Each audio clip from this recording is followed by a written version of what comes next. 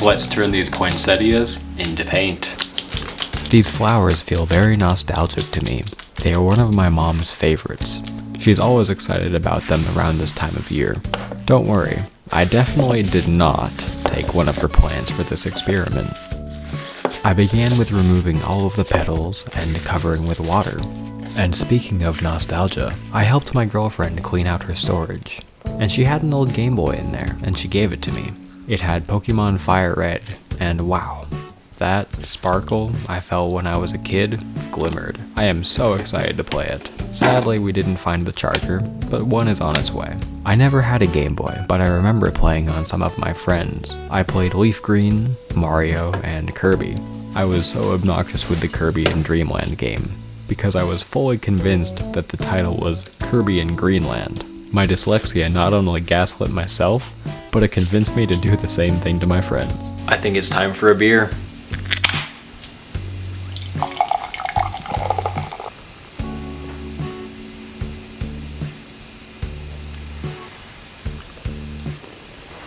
I'm going to let this cook down for about an hour. I think we'll be able to extract enough color from these leaves in an hour. I'm also not using as high of a heat as last time because I think I burnt it a little bit. So we're going to try learning today.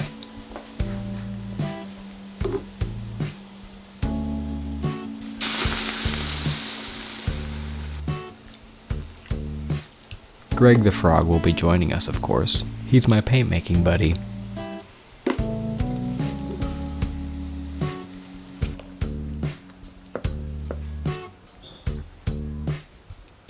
After cooking down the flowers for around an hour, it looks like enough color was extracted.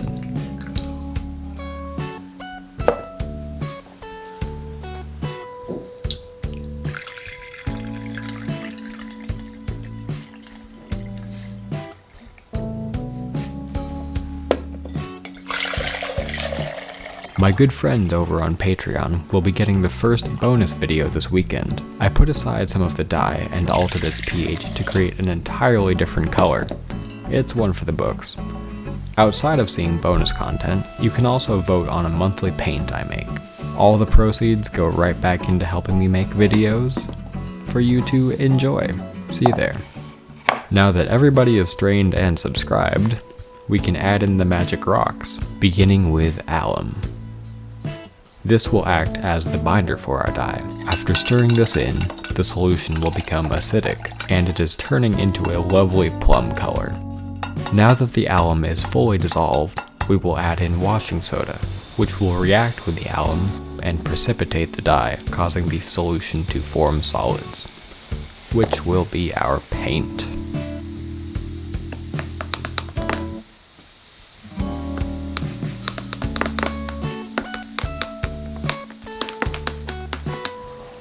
I am very excited with how this color is turning out. Such a lovely purple. Let me know what you want to see me turn into paint next, and join the Discord to never miss a paint making episode.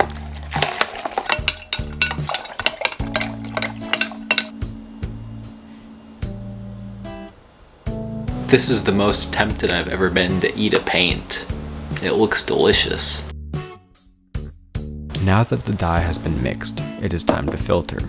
And wow, I want to drink this more than I want to drink my coffee in the morning. Okay, you caught me. That's only around 15% true. I need my fix.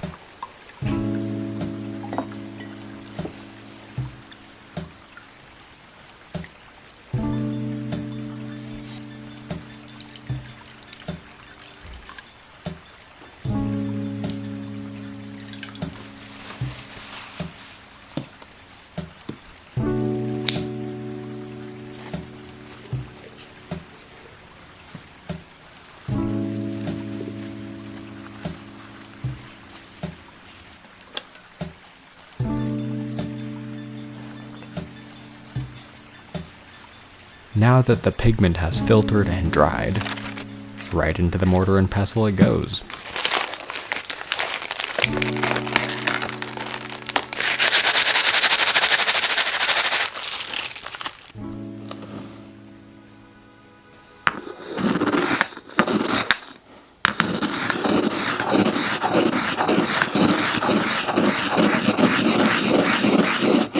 At the moment, I'm concerned with how it's looking. Quite oxidized. Let's see how it turns out once we mull it with linseed oil, and later we will mix it with some titanium white to see its full spectrum of color.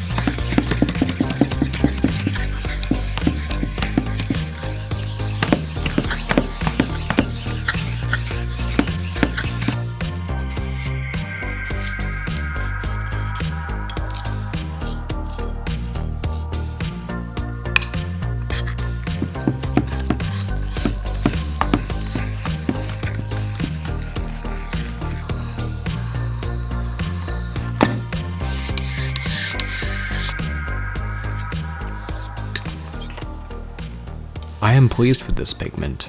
It retained some plum color, not incredibly vibrant, and a low yield. I do have the leftover dye that went through the filter, and I can extract again. Let's add in some titanium white and see how it goes. If you have any recommendations for enhancing this process, let me know.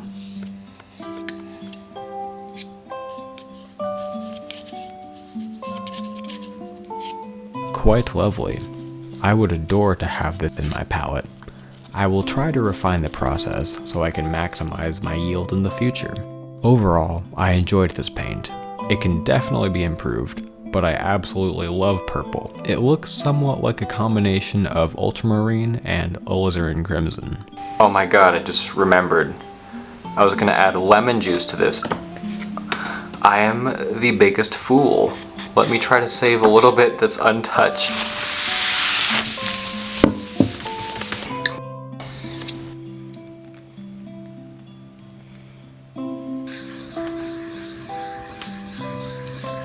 Just clean this thing. Wow, well that's pink. This paint would have gotten a 5 out of 5 if I was a little bit smarter and thought ahead and added the lemon juice in while it was still in water. I will give this a 4 out of 5. Room for improvement, but I like where its head is at. Thanks for watching. Have a good day.